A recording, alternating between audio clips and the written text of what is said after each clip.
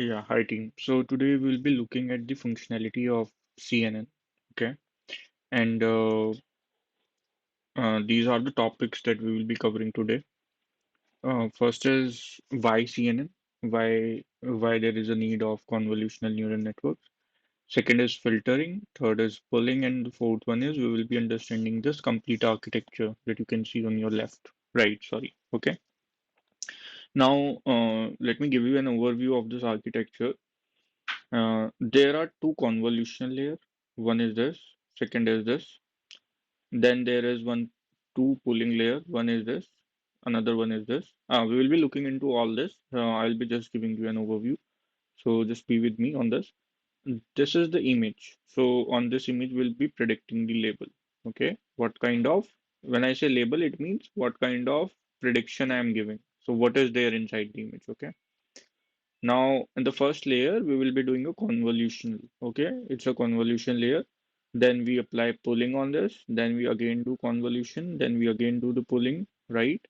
And then we convert this pool feature of mine to a flattened layer, like we do in deep neural networks. And then here we have a dense layer. So dense layer is nothing which is nothing but a layer where each node is connected with every other node. Okay. Now, on my last layer, I'm using a function which will help me to tell the percentage. Okay, sorry for this. Let me go back. Yeah. So on this layer, this is telling me the percentage, right? So 20% chances is that it's a Donald image.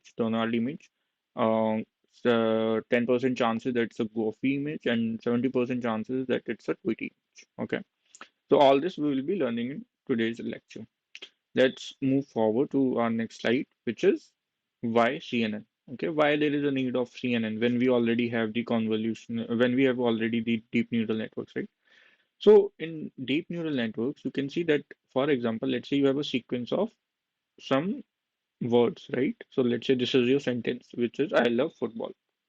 Now, how we generally approach this thing in sequence models, we create some tokenization of all individual words, right? So let's say for I, this is I'm taking an example. I created a vector of numeric vector of shape 1 by 5. So here I have five values, right? One, two, three, four, five. Okay. Then again, I create a sequence vector of love, right? And then again for football. So now I have a shape of um, input 5, right? So I will be giving the input here, right? One, okay. So this is my input. Will be I be putting the input vector, okay, of size 5, and this is my output, right? Now let's go to another example where instead of a sentence we have a image, okay, and my image is of size, let's say 640 by 640, okay. Now in general, if we talk about the channel that is there in any image is of RGB channel, right? Red, green, and blue. So Mhm. So in RGB, let's say I multiplied. Now there are three such channels of 640 by 640 pixels, right? So 640 multiplied by 640 and then multiplied by three channels that I have. Okay. So if you look at it, it looks something like a matrix of 640. Then we have another matrix. Then we have another matrix. We have three matrix of size 640 by 640. Now, if I open this thing, the number of inputs that I have for my single image is 3 into 10 to the power 6, right? Approx, it's a approx value. Now, point is that if we look at this that much amount of input, my particular neural network becomes so complex and it will take it a lot of time to process my request. And this is for just a single image, right? For for cases like autonomous driving, right? We will be having frame, and each, for example, in each second we are getting 30 frames, right? 30 frames means I am having 30 images each second. And to build such a complex network, and this is just 640 by 640, maybe I will be having more pixel values, right? So this will become a very complex network, right? and it's very hard to process all this. So this is the reason why we come up with CNN. Okay, so CNN will help us to overcome such kind of scenarios where we have large inputs. Okay, for example, image, right? Now let's move forward to now we understand why we use CNN, right? Now moving forward, we will be looking into filters.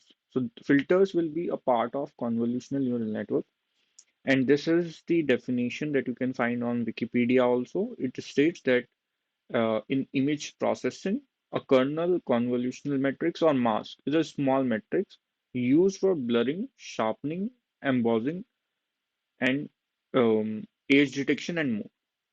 Okay, so this is the work that a filter do in general, and we'll be looking into the functionality of how a filter works, right? So it can be termed as a kernel, as a convolution matrix, or a mask, right? Now let's move forward to how it works, right? Now let's say you have an image and consider 3 as a RGB value. Okay, let's say you have 3 channels, which is RGB, and instead of 640, we are taking 6 by 6. Okay, let's say you click some image with 6 by 6 pixels in it. Okay, so you have a height of 6, you have a width of 6, and then you have 3 channels RGB. Now, this is my filter. Now, the use of filter is basically we create a filter of 3 by 3, right? And because we have 3 channels, so this channel in my filter also equals to 3. Okay.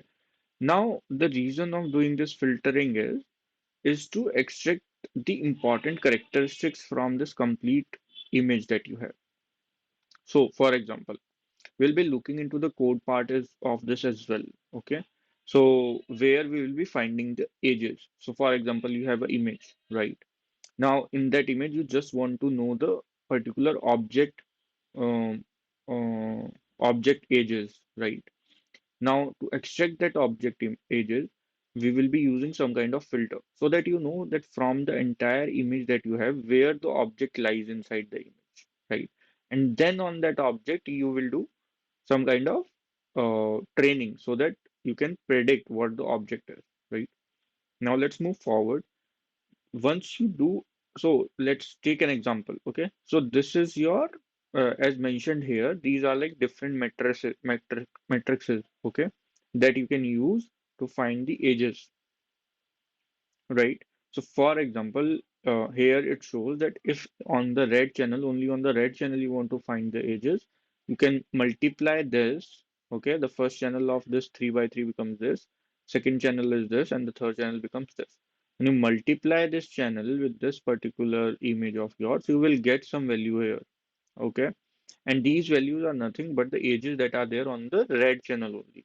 Now to get the edges to the entire channel, entire network channel that you have, you will be multiplying by this matrix. So your first channel of the 3 by 3 filter matrix become this, the second become this, and the third become this, right? And it's a element wise matrix multiplication. So for example, you have a 3 by 3 here. So you will be multiplying a 3 by 3 here.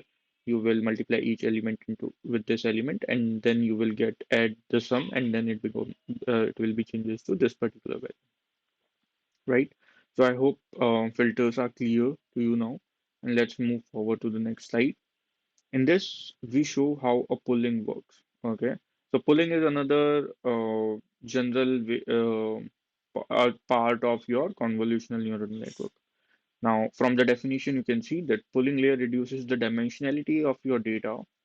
Okay, and of data by combining the output of your neurons cluster at one layer into a single neuron in the next layer.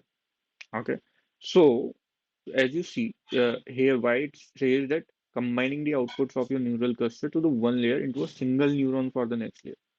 Okay, so here what is doing? Let's say after doing the filter, this is what you get, right? Now, from this particular sub matrix, you will be taking the max of it. So, for example, these are the values that you get from after doing a filter. Okay, now you create a max pool of 2 by 2. Now from the matrix that you received of 4 by 4, you are applying a 2 by 2 max pool on it. So 2 by 2 max pool means that you will be checking the maximum of these four values. So it comes 20 here, from here it becomes 30, from here it becomes 112, right? And from here it becomes 37, all right? And this is just a normal general architecture how we do it. So you can see here, once you do the filtering, the hidden layer of yours. So for example, this is the image patch that you have. Okay, you apply a convolution on it. You get some values here, right? So convolution, when we say, it means that we added some filters to it. Okay, so here what we did, we have a single channel. Okay, instead of a RGB, we are taking a single channel of 36 by 36, and we are multiplying it by a filter. Now, when we multiply by a filter, we will get a single output, right? But here, the number of filters that I am using are four. So, my single input image will convert to a four-dimensional matrix, and each dimension of my matrix is represented by one filter of mine. Okay, so here I will be having four filters with me, right?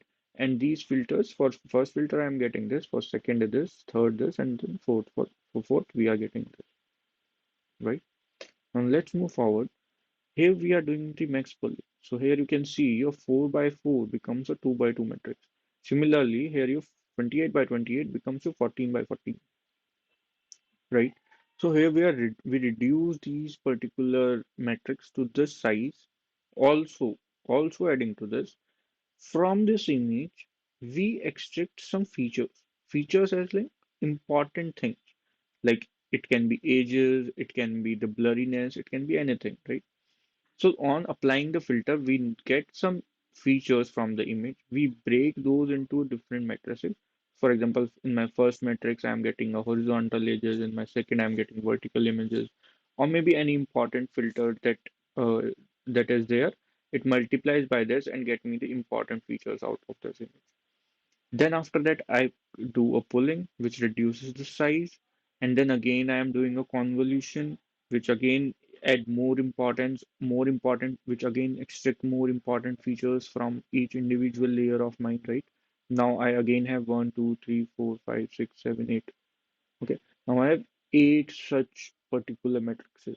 Now you can see here, now your channel becomes four. So my convolutional or kernel that I'm using initially, the filter, it is 5 by 5 by 4 because my matrix will be multiplied by this complete section.